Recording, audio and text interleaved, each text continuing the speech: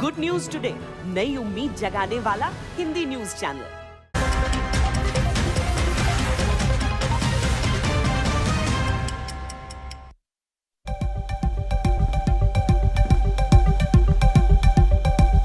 नमस्कार, आप देख रहे हैं आज तक। आपके साथ मैं हूं सईद अंसारी। स्वागत है आपका। रात के 10 बज रहे हैं। आप आज तक पर देख रहे हैं दस्तक, जहां आज सबसे पहले किसानों के मुद्दे पर चल रही राजनीतिक दस्तक की बात होगी। आखिर वोट की फसल कौन काटेगा? पश्चिमी उत्तर प्रदेश में कल संयुक्त किसान मोर्चा ने एक महापंचायत की और अब कल यानी कि 7 सितंबर को हरियाणा के करनाल में किसानों पर लाठीचार्ज के खिलाफ मांगे न मानने पर भी किसान महापंचायत होगी। लेकिन महापंचायत से निकले किसानों की बात क्या वोटिंग बूथ तक पहुंच पाएगी? 6 महीने के भीतर उत्तर प्रदेश के चुनाव में किसानों के वोट का पूरा गणित आज हमारी इस रिपोर्ट में आप देखिए।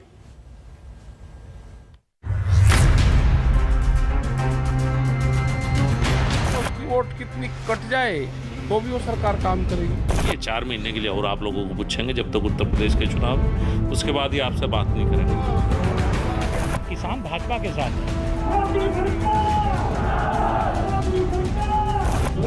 फसलों के दाम नहीं तो वोट नहीं, ये नारा लगाना पड़ेगा। किसानों की आय दोगुना करने के लक्ष्य को पूरा करने में निश्चित ही सफल होंगे। समाजवादी पार्टी लगातार किसानों के सवाल पर किसानों के समर्थन में खड़ी है। सरकार को प्रेशर में लाना पड़ेगा। तो वो वास्तव में किसानों के कंधे पे बंदूक रख के राजनीति कर रहे थे। अल्लाहू अकबर, अल्लाहू अकबर।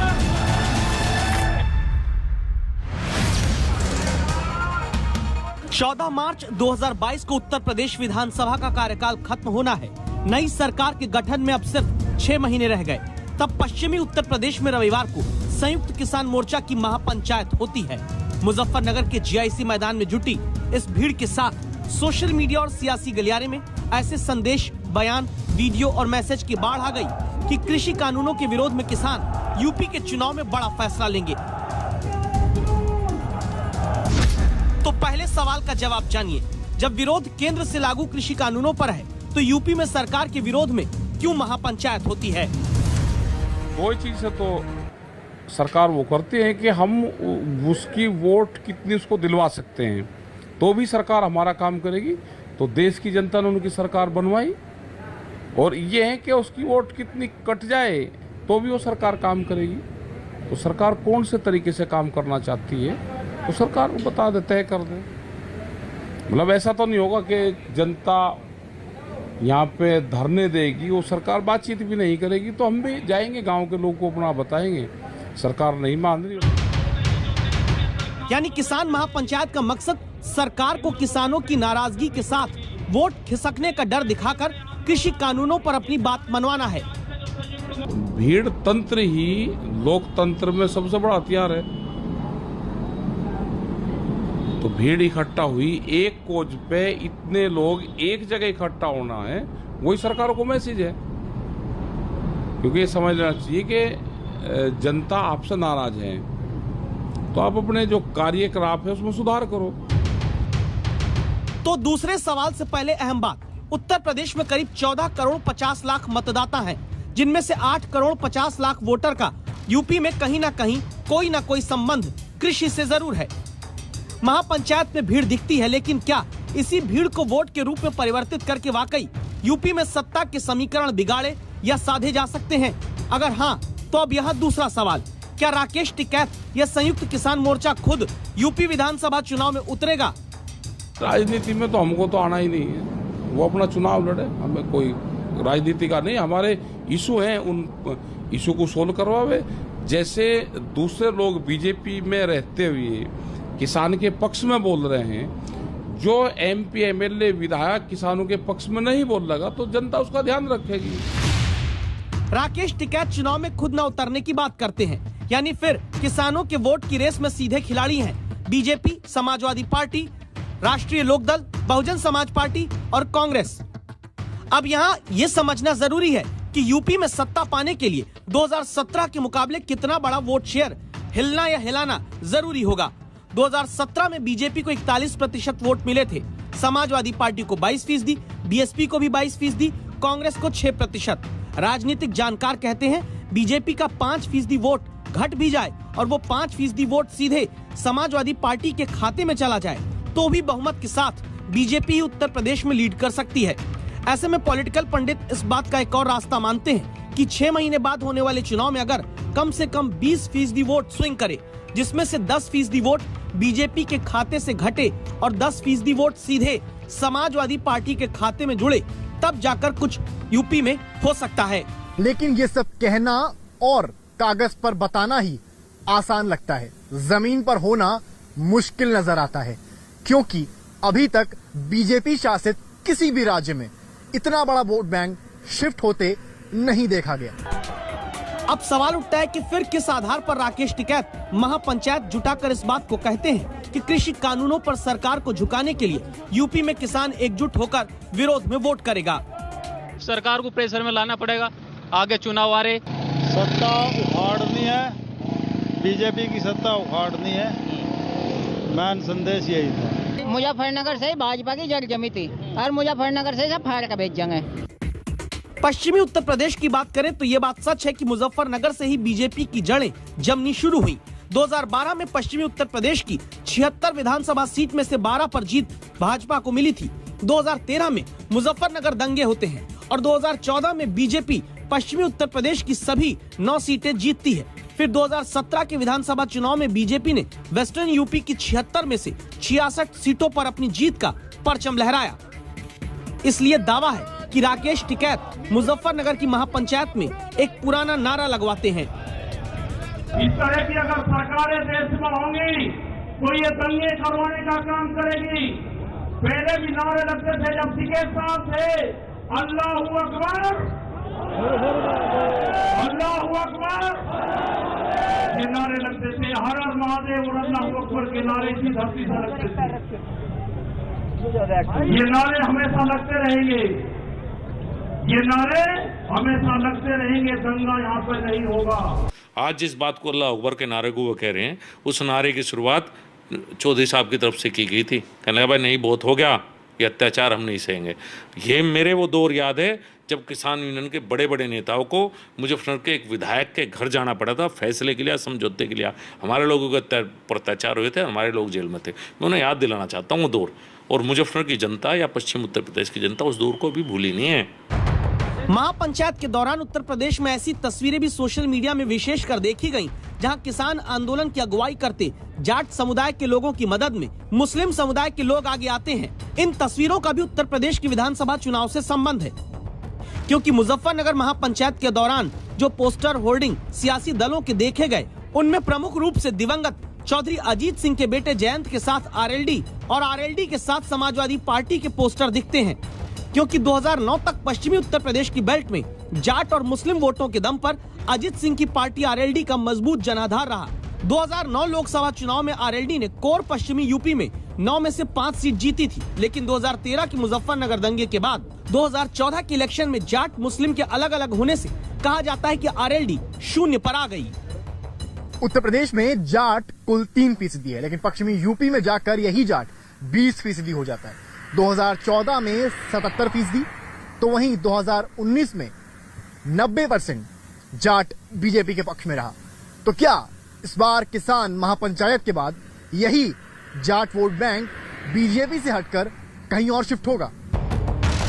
अप्रैल में हुए पंचायत चुनावों में पश्चिमी उत्तर प्रदेश में बीजेपी को समाजवादी पार्टी की तरफ से कड़ी टक्कर मिली है। सवाल है कि क्या सिर्फ कृषि कानूनों के विरोध में और खेती किसानी के मुद्दे पर संयुक्त किसान मोर्चा की महापंचायत से किसान वोट करवट बदल सकता है, खासकर तब जबकि समाजवादी पार्टी किसानों के आंदोलन के बाद खुद को बड़ी किसान पार्टी कहने में जुटी है और मुख्यमंत्री अखिलेश राज के मुकाबले पश्चिमी उत्तर प्रदेश के गन्ना किसानों को किए गए ज्यादा भुगतान का आंकड़ा गिना रहे हैं।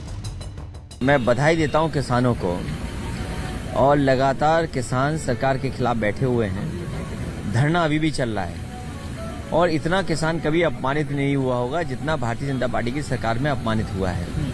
उन्हें आतंकवादी तक कहा गया और न जाने क्या क्या बातें भारतीय जनता पार्टी के नेताओं ने उन किसानों के लिए कहा। मुझे खुशी है इस बात की कि किसान अभी भी एकजुट है। गन्ना किसानों को वर्ष 2012 से 17 की अवधि में मात्र 95,000 करोड़ रुपए का गन्ना मूल्य का भुगतान हो पाया था।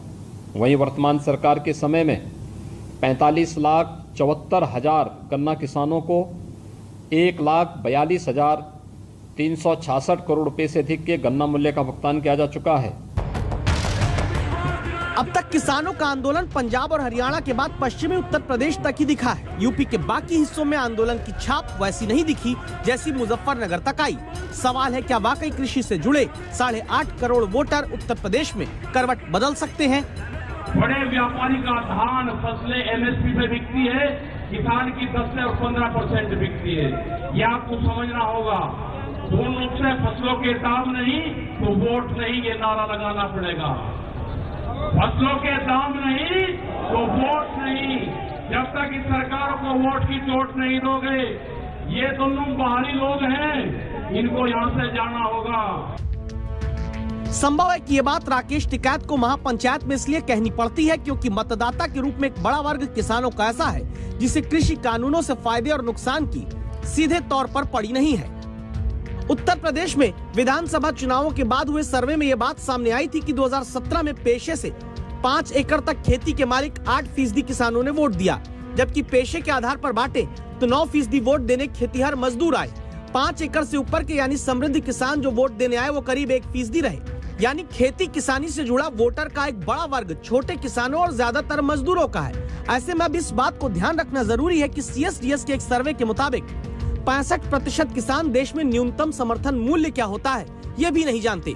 90% किसान मानते हैं कि सिर्फ अमीर किसानों को ही सरकारी योजनाओं का फायदा होता है और जो छोटे किसान या मजदूर हैं उन्हें तो सरकार की तरफ से साल में 6,000 रुपए की किसान सम्मान निधि दी जा रही है। यानी खेती करने वाले लोगों का एक बड़ा वर्ग ऐसा भी है जो कृषि कानूनों के फायदे और नुकसान की राजनीतिक बहस से कोसों दूर खड़ा है। इसलिए महापंचायत की भीड़ को सीधे विरोध के वोट का बड़ा पैमाना मान लेना अभी सही नहीं कहा जा सकता। ये ध्यान रहे कि चुनाव में अभी 6 महीने बाकी हैं और किसान करवट किधर लेगा इसके लिए इंतजार करना होगा। मुजफ्फरनगर से आशुतोष मिश्रा और समर्थ श्रीवास्तव के साथ हिमांशु मिश्रा, दिल्ली आज तक। काश रोजगार देना धर्म होता। जनता के वोट से जनप्रतिनिधि विधानसभा पहुंचे और फिर जनता के प्रति अपना दायित्व और दायित्वों का धर्म भूलकर सिर्फ धर्म की राजनीति याद रखें तो कहना जरूरी है कि काश नौकरी देने का भी धर्म होता और ये याद इन्हें होना चाहिए। काश रोजगार देना धर्म होता। जिस राज्य में रोजगार मांगने वाले युवाओं को 5,000 रुपए सालाना बेरोजगारी भत्ते का मजाक होता है, यानी महीने के 416 रुपए 66 पैसे और नौकरी न देकर एक दिन का करीब 13 रुपए 69 पैसा बेरोजगारी भत्ता देने वाली योजना के नाम पर, उस झारखंड की विधानसभा में बेरोजगारों को नौकरी दिलाने का धर्म भुलाकर अपने अपने धर्म की सियासत चलती है। रांची में यह भजन कीर्तन झारखंड की विधानसभा परिसर के भीतर चलता है, जबकि झारखंड के इस सरकारी रोजगार दफ्तरों में ही रजिस्टर्ड बेरोजगारों की संख्या 7,32,000 से ज्यादा है। और आपको जानकर इस पर संभव है कि गुस्सा आए, किसी राज्य में सरकारी विभागों में 3,29,000 पद खाली पड़े हैं, लेकिन खाली पदों को भरने के नाम पर जहां आपस की राजनीति होनी चाहिए वहां अपना अपना राजधर्म और राजनीति का धर्म भुलाकर सिर्फ धर्म को पकड़ लिया गया। क्योंकि झारखंड की हेमंत सोरेन सरकार ने विधानसभा में मुस्लिम विधायकों के लिए नमाज पढ़ने के मकसद से कमरा आवंटित किया। विरोध में बीजेपी ने तुष्टीकरण का आरोप लगाया। बहुसंख्यक विधायकों के लिए भजन कीर्तन के लिए अलग कमरे की मांग रखी। अब विधानसभा में एक कमरा अलॉट किया है जिसमें मुस्लिम समाज के लोग बैठकर नमाज अदा कर सकते हैं। तो जब मुस्लिम समाज नमाज अदा कर सकते हैं तो जो हिंदू धर्मावलंबी हैं वो हनुमान चालीसा क्यों न पढ़े? जब दल के पास कोई मुद्दे नहीं रह जाते हैं ना, कोई टॉपिक नहीं रहता है, तो इसी तरीके का आचरण अपनाकर सदन को बाधित करने का उनका पहले से ही प्लान है। लोकतंत्र के मंदिर में मंदिर मस्जिद नमाज भजन की इस राजनीति में फंसे राज्य की सरकार और विपक्ष को क्या इस बात की चिंता नहीं करनी चाहिए कि उनके यहाँ वर्षों से तैयारी करने के बावजूद नौजवानों को नौकरी नहीं मिल पा रही? जहाँ डिबेट सिर्फ इस बात की होनी चाहिए कि दिन के 13 रुपए का बेरोजगारी भत्ता वाला मजाक क्यों हो रहा है, वहाँ अगर विधानसभा में नमाज के कमरे और भजन कीर्तन के कमरे पर धर्म युद्ध होता है तो ये किसी पार्टी और सरकार की जीत नहीं, बस जनता की, जनप्रतिनिधियों पर भरोसे की हार है। सत्यजीत कुमार, रांची, आज तक। पश्चिमी उत्तर प्रदेश से बच्चों की जान लेने वाले रहस्यमयी बुखार वाली बीमारी में अब ये साफ हो रहा है और हो गया है कि ये डेंगू है। बीमारी पश्चिमी हिस्से से यूपी के कई जिलों तक फैल चुकी है, लेकिन स्वास्थ्य विभाग को अब कैसे सजग होना जरूरी है। फिरोजाबाद से हमारी संवाददाता आशुतोष मिश्रा की दस्तक देती हुई ये ग्राउंड रिपोर्ट देखिए। कोई गोद में है, कोई अपने परिजन के साथ तंग कराने के लिए लाचार। बहुत देर तक अपने बेटे को गोद में लेकर इलाज का इंतजार करने के बाद इस मां ने जमीन पर ही अपने बच्चे को लिटा दिया। पश्चिमी उत्तर प्रदेश से शुरू हुई बीमारी की वो आपदा जिसमें सबसे ज्यादा चपेट में बच्चे आ रहे हैं, जिसे शुरुआत में रहस्यमय बीमारी कहा जाने लगा। अब उसका प्रकोप उत्तर प्रदेश के कोने कोने तक अस्पतालों में भर्ती होते मरीजों से दिखता है। पश्चिमी उत्तर प्रदेश के फिरोजाबाद से लेकर यूपी में दूसरे छोर पर मिर्जापुर तक, वाराणसी से लेकर कानपुर तक, इटावा से लेकर बहराइच तक अस्पतालों में भर्ती होने वालों की लाइन लगी है। पता चल गया है कि जिस बीमारी का रहस्य बना वो डेंगू है। अमूमन अस्पताल में ओपीडी इलाके में इतनी भीड़ नहीं दिखाई पड़ती। ये देख के आपको याद आएगा कि शायद ये कोविड की कोई लहर है, लेकिन इस बार ये स्थिति पश्चिम उत्तर प्रदेश फिरोजाबाद के आसपास इसलिए दिखाई पड़ रही है क्योंकि डेंगू का प्रकोप है। ज़्यादा से ज़्यादा आपको छोटे बच्चे दिखाई पड़ेंगे अस्पतालों में। किसी के बच्चे भर्ती हैं तो कुछ अपने बच्चों को ये दिखाने के लिए लाएं कि आखिर उन्हें बुखार है। लेकिन ये कहानी अस्पताल से नहीं शुरू होती, ये शुरू होती है अस्पताल आने की नौबत से। जिस फिरोजाबाद में ही अकेले 50 लोगों की मौत की वजह डेंगू बन चुका है, वहाँ गांवों के घरों में भी मरीज बच्चे डेंगू से ही जूझ रहे हैं। 12 साल का युवराज तेज बुखार में तप रहा है। माँ बेटे के शरीर में उठते दर्द को कम करने में जुटी है। हाथ में इंजेक्शन देने के लिए नली लगी क्योंकि इलाज घर पर चल रहा है। लेकिन अचानक हैरान करने वाली बात पता चलती है। अच्छा जने परेशान है, अब कौन कौन को कहाँ ले जाएं, इसलिए घर पे डाल लें। क्या करें, तो प्राइवेट करवा रहे हैं। अब आज ले जाएंगे, नहीं भर्ती करवाएं। एक आगरे में पड़े, एक लड़की भीतर पड़ी है, कहाँ ले जाएं बताओ। आपके घर में कितने मरीज हैं? मेरे मरीज हैं हमारे घर में, जो बच्चा उसे भी बुखार है, वो छोटी बहन की है मेरी की। आशुतोष को फिरोजाबाद के नगला गांव में घर के भीतर दूसरे कमरे में डेंगू के चलते बीमार होकर घर पर ही इलाज करने के लिए मजबूर 2 और बच्चे मिलते हैं। तो आपके घर में कुल 5 बच्चे थे, 2 चले गए आगरा और 3 अभी यहाँ पर घर में। मेरे जो देवर हैं इनके पापा आपके परिवार की उनकी बेटी को बुखार आ गया। अभी ये 2 बच्चे मेरे बीमार हैं। गांवों से अस्पताल तक पहुंचाने के लिए मजबूर कर रहे डेंगू के फैलते कहर को रोकने के लिए प्रशासन मच्छर को मारने वाली फॉगिंग कर रहा है। लेकिन क्या इसमें भी काफी देर हो गई? क्योंकि फिरोजाबाद में महिलाओं बच्चों के सबसे बड़े सरकारी अस्पताल को देखिए, जहां लगातार बच्चे पहुंच रहे हैं। चारों तरफ महिलाओं की गोद में बीमार बच्चे हैं। इन सब का सैंपल लिया जा रहा है। रजिस्टर के पन्ने सैंपल देने वाले बच्चों के नाम से भर गए हैं। डॉक्टर बताती हैं कि जिस बीमारी को रहस्यमयी बताया गया, अकेले फिरोजाबाद में 50 लोगों की जान लेने वाली वो बीमारी डेंगू ही है। पेशेंट में typical viral fever as well as dengue के सिम्टम्स हैं, because they are presenting with fever, high fever, vomiting, diarrhea, pain in abdomen, and with decreased platelets. So that is a very typical sign of dengue. पता चला कि 400 bed के इस अस्पताल को 600 तक करने की तैयारी है, जबकि अभी ही 430 मरीज आ चुके हैं। मरीजों की बढ़ती ये तादाद एक चुनौती है। हालत ये कि इलाज फिरोजाबाद में संभव नहीं हुआ तो इन पुलिसकर्मी की बेटी को आगरा रेफर कर दिया गया। अभी आप इनको एडमिट करेंगे या घर ले जा रहे हैं? आगरा रेफर कर दिया। यहाँ बेड नहीं दिया इन्होंने, बेड नहीं है, वो फैसिलिटी नहीं है, आगरा रेफर कर दिया। ऐसी हालत में भले प्रशासन अब सजग होकर गांवों में मेडिकल कैंप लगाकर जांच करा रहा है, लेकिन आशुतोष मिश्रा की ग्राउंड रिपोर्ट ये दस्तक देती है कि पश्चिमी उत्तर प्रदेश से शुरू हुई बीमारी की वजह से बहुत से बच्चों को घर में भी इलाज के लिए मजबूर होना पड़ता है। जरूरी है कि प्रशासन और भी तत्परता से इलाज के लिए जरूरी हर संभावित व्यवस्था का इंतजाम करे। आशुतोष मिश्रा, फिरोजाबाद, आज तक। दस्तक में आज के लिए बस इतना ही। आप प्लीज अपना बहुत ख्याल रखिएगा। देखते रहिए आज तक।